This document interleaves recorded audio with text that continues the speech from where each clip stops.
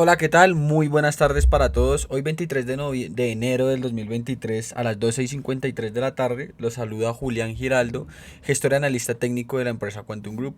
Vamos a dar inicio al primer día, perdón, de la última semana del primer mes del año con nuestro matutino seguimiento al índice del dólar americano y sus correlacionados, algunas materias primas como el oro y la plata y la criptomoneda líder del mercado, el Bitcoin. Bien, bueno, realmente Estados Unidos en estos momentos se enfrenta problemas políticos y económicos de bastante importancia.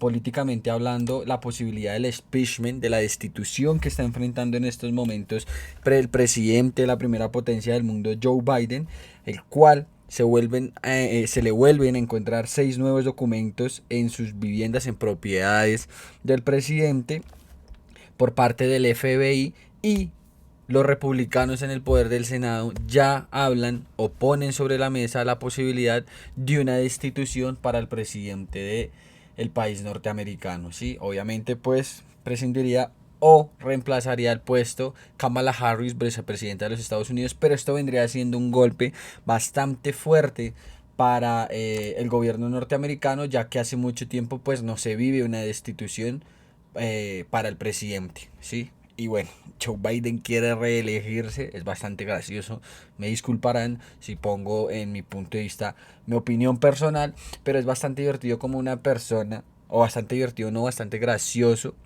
como una persona que acusaba a su rival de que no podía volver a ser reelegido, refiriéndome a Donald Trump, que también fue investigado el año pasado por el mismo tema.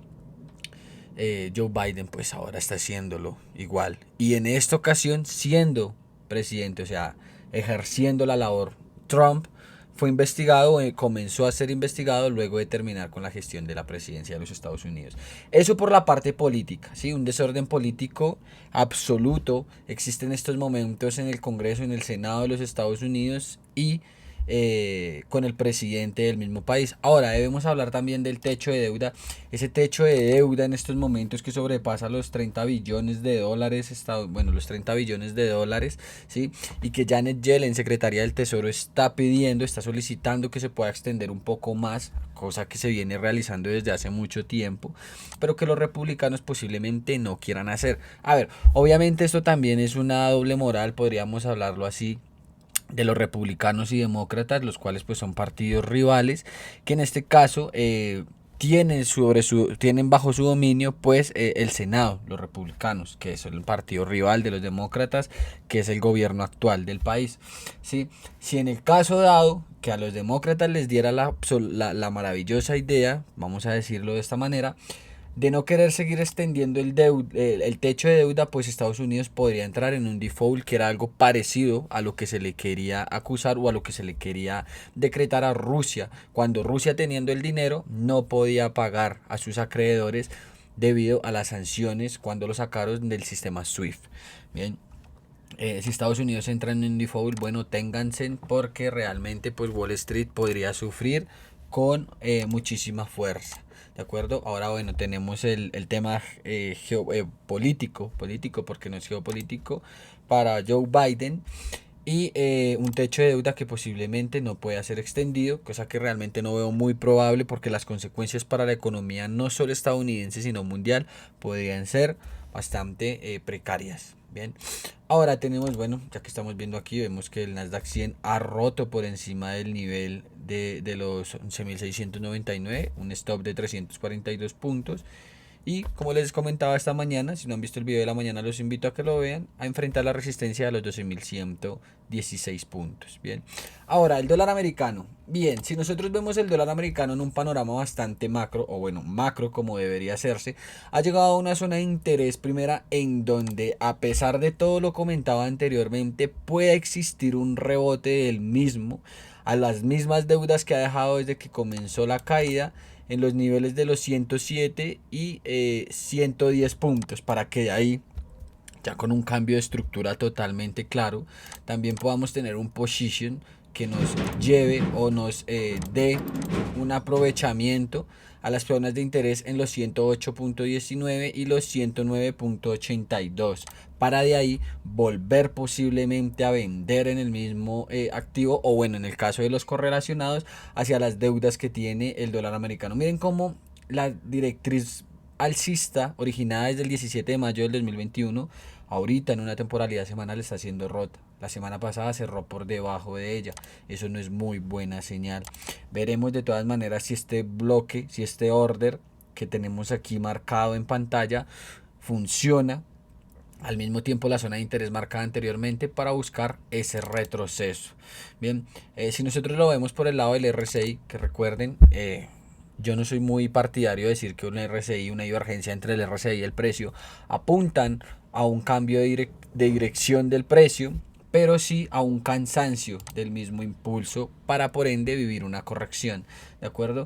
En temporalidades del más corto plazo, bueno, vemos niveles más importantes, más cortoplacistas que debería perder el dólar americano si quisiéramos considerarlo en un fractal alcista del mediano y corto plazo. Ese nivel hasta el momento vienen siendo los 102.90. Ese es el nivel que si el dólar llegase a perder en una temporalidad corta o en una de corto plazo, podríamos determinar que el dólar puede tener bastantes números de comenzar a corregir de una manera alcista. Debemos tener en cuenta que esta semana está plagada de los datos de los beneficios empresariales de bastantes empresas tecnológicas de la banca patrimonial y del consumo y de cuidados de la salud y demás, los cuales también podrían tener efecto sobre la decisión que vaya a tomar la Reserva Federal el 1 de febrero, que ya les comenté, es el miércoles de la semana que viene, para ver si va a ser una subida de 50 puntos básicos o de 25 puntos básicos. Teniendo en cuenta qué subida, en qué porcentaje se dé, podríamos vivir un repunte del dólar americano. Pero esos objetivos alcistas que ustedes ven en el gráfico, así como los bajistas, serán liquidados en algún momento. Según la acción del precio y las probabilidades estadísticas que tenga qué movimiento, nos dirigiremos a él. Bien, ahora, si lo vemos por la parte del euro como primer correlacionado al cual le hacemos seguimiento en el canal, vemos un euro que ha repuntado con muchísima fuerza y ha llegado incluso al nivel de los 1.08, teniendo una recuperación desde el mínimo conseguido o el mínimo alcanzado el 28 de septiembre del año 2022 en los 0.95, pues ha experimentado una recuperación del 14.67%. ¿Sí?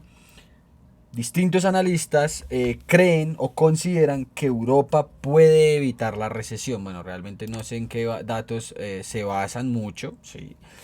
Pero dicen que si Europa llega a tener o a consolidar esta fuerza con el euro actualmente y evitar la recesión, el Banco Central Europeo puede ser más agresivo con las subidas de tipos de interés, dándole obviamente más rentabilidad al euro y peleando más contra la actual o contra el actual tipo terminal del dólar americano y continuar subiendo. Bien, aunque eso es cierto, bueno, lo de la recesión no lo creo mucho, o quién sabe cuántas mentiras entonces nos estuvieron diciendo durante todo el año pasado.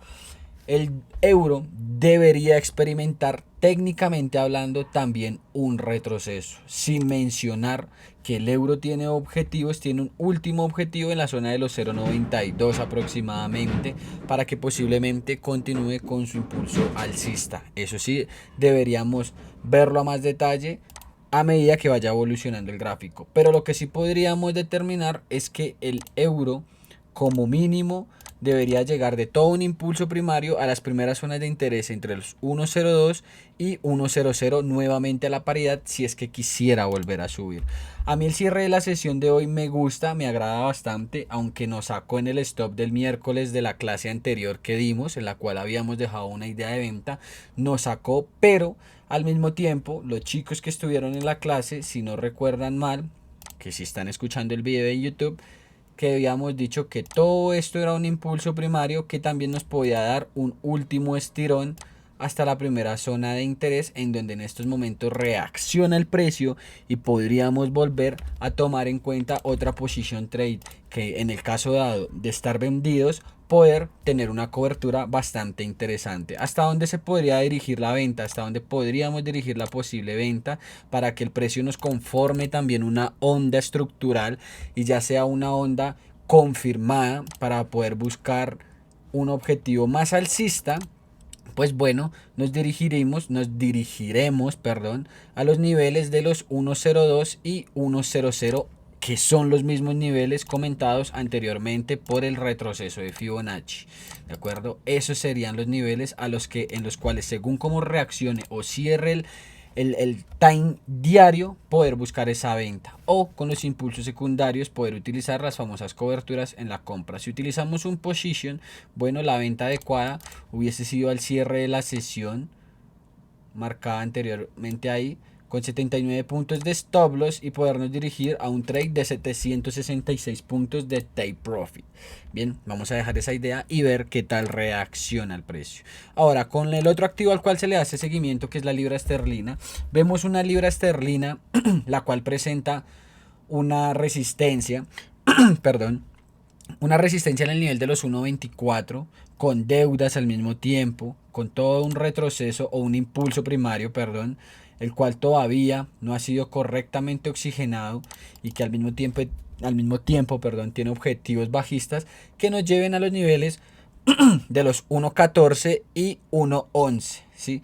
Porque tal vez el nivel de los 1.08 no, porque si pierde la zona de los 1.09, a la libra esterlina le va a quedar demasiado difícil, o podría verse en dificultades para volver a repuntar, e incluso podríamos estar experimentando más caídas, profundizar las caídas en la libra esterlina, cosa que realmente después de que haya perdido los 1.22 no puede ser muy claro, debido a que la fuerza alcista puede volver a retomarse, pero el gráfico en macro es totalmente bajista, lo que nos da argumentos de que hay la posibilidad de que sí, la libra esterlina a largo plazo, con también la crisis política y económica y social que enfrenta en estos momentos el Reino Unido con la libra esterlina, pueda volver a darnos un mínimo, o posiblemente un fallo, y empezar a romper máximos decrecientes para llevarnos a cada uno de los objetivos, que también va a ser liquidado en los 1.50 como mínimo y los 1.91 como máximo.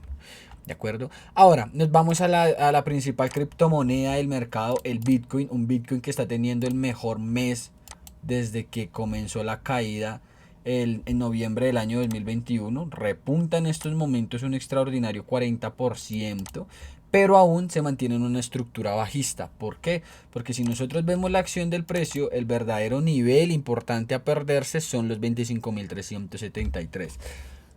Miren cómo es de curioso el mercado, de todas maneras, porque Genesis, uno de los principales criptobancos, de unas principales exchanges del mercado, se declaró en bancarrota la semana pasada, quebró.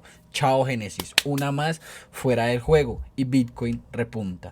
Lo que quiere decir que Bitcoin está bastante asociada, sí vuelve a demostrar esa correlación y esa fuerza que tiene en estos momentos, desde que bastantes bancos, otras entidades como Tesla u otras empresas empezaron a adoptar la criptomoneda.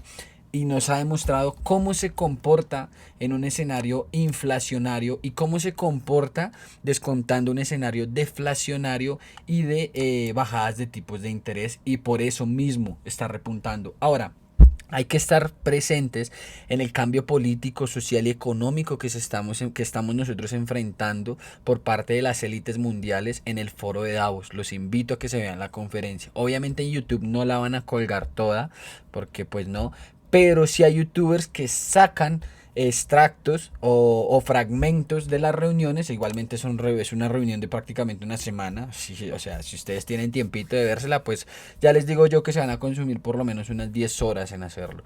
Pero hay personas que se toman el tiempo. Por eso mismo yo soy partidario de que las redes sociales y el internet bien utilizado son la mejor herramienta que podemos tener en nuestras manos. Hacen resúmenes y sacan lo más importante y nos demuestran esos planes que están realizando las élites del mundo con las personas más importantes y más millonarias del mismo, ¿sí? Y Bitcoin representa una amenaza contra ellos, y por eso mismo es que los inversores podríamos hablar de un método conspiranoico, por así decirlo, si así lo quieren llamar, aunque realmente solo son matemáticas e inversiones, en el cual pues empiezan nuevamente a refugiarse en la misma criptodivisa, ¿de acuerdo? En la misma criptomoneda, perdón. Ahora, seguimos en un retroceso bajista de todas maneras. Seguimos en un retroceso totalmente bajista hasta que no se pierda el nivel de los 25.162. Si el nivel de los 25.162 llegase a ser vulnerado por el Bitcoin, pues bueno, debemos tener presente que tiene muchos números de ir a mínimo la deuda que nosotros tenemos marcada alcista en los $55.000 por BTC. Y ya para terminar, chicos, el oro, un activo que realmente es una información increíble lo que hay por parte del oro. Uno de los, bueno, está la plata, también uno de los principales materias primas y uno de los activos que mejor lo ha hecho históricamente siempre al momento de que empiezan nuevos ciclos económicos. China en estos momentos está accediendo al puesto, o bueno, ya lo tiene desde hace bastante, a ser el mayor importador de oro del mundo, principalmente de Suiza y de Dubái, ¿de acuerdo? Países que no declaran, que obviamente pues le hace un poco más el tema de los datos más fáciles a China. Recuerden que también China pues es un país comunista, el cual no declara los datos reales que tiene para hacérselo más difícil posiblemente a la competencia y guardarse pues cierta información. ¿De acuerdo? Mientras que Hong Kong, que sí declara los datos que tiene, pues acumula o tiene en estos momentos en su posesión 6.700 toneladas. Y juntando, por ejemplo, ciertos datos desde tiempos pasados, como por ejemplo el 2007, en el que China superó a Sudáfrica como primer productor de oro en el mundo, y en la última década ha producido más del 15% del oro. China tiene aproximadamente en su poder unas 13.000 toneladas de oro del mundo, ¿sí? Y teniendo en cuenta que ahora ha sido o es el mayor productor de oro y el mayor importador del mismo, estamos frente a una escasez del mismo metal precioso. Y no solo del oro, de la plata, del platino y del paladio, que son utilizados para diversos sectores como el sector tecnológico o los mismos satélites. Bien, o la joyería, por ejemplo. Eso, ya sabemos, oferta y demanda podrían provocar que a largo plazo el oro, según distintos estudios, pueda llegar incluso a los $4.000 por onza. Si nosotros tenemos, o según los datos que nosotros podríamos tener con la estructuración o con la información del precio que tenemos actualmente, tendríamos un objetivo hasta los 2.290 o incluso $2.616 a largo plazo. Pero también tenemos objetivos en los 1.306. En este punto es donde tenemos que mezclar bien el estudio fundamental, un análisis subjetivo con un análisis objetivo y determinar cuáles pueden ser realmente los primeros puntos que vaya a liquidar el oro. Ahora, al corto y mediano plazo, el oro ha subido de una manera bastante vertical desde el noviembre del año pasado, ¿sí? Lleva exactamente pues 3 meses con una subida, con un repunte, con un extraordinario repunte de un 20%. Pero al mismo tiempo ese repunte ha dejado deudas en los niveles de los 1.779 y 1.715, ¿sí? Teniendo en cuenta que el rompimiento del nivel de los 1.675 podía ser una alerta de que el precio del oro podría ser incluso un movimiento parecido al del 2012 hasta el 2015, pues teníamos y seguimos teniendo todo un impulso primario que ya ha roto dos niveles de interés importantes, no nos ha dejado ningún interés vendedor ni en el 50 ni en el 61, y por último tenemos el 78%. ¿Para qué?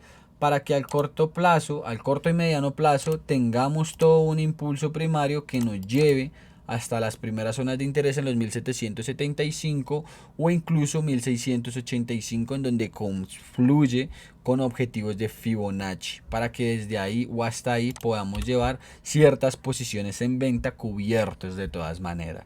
¿De acuerdo? Veremos cómo cierra la sesión del día de hoy. Realmente seguimos en un fractal bastante alcista. Incluso el oro de todo un impulso secundario ha cerrado con un interés bastante interesante comprador a favor de la estructuración, ya mitigando un 50, ya mitigando una primera o una segunda zona de interés y pudiendo dándonos una oportunidad con un stop loss de 135 puntos y un posible take profit de, vamos a verlo con mayor exactitud,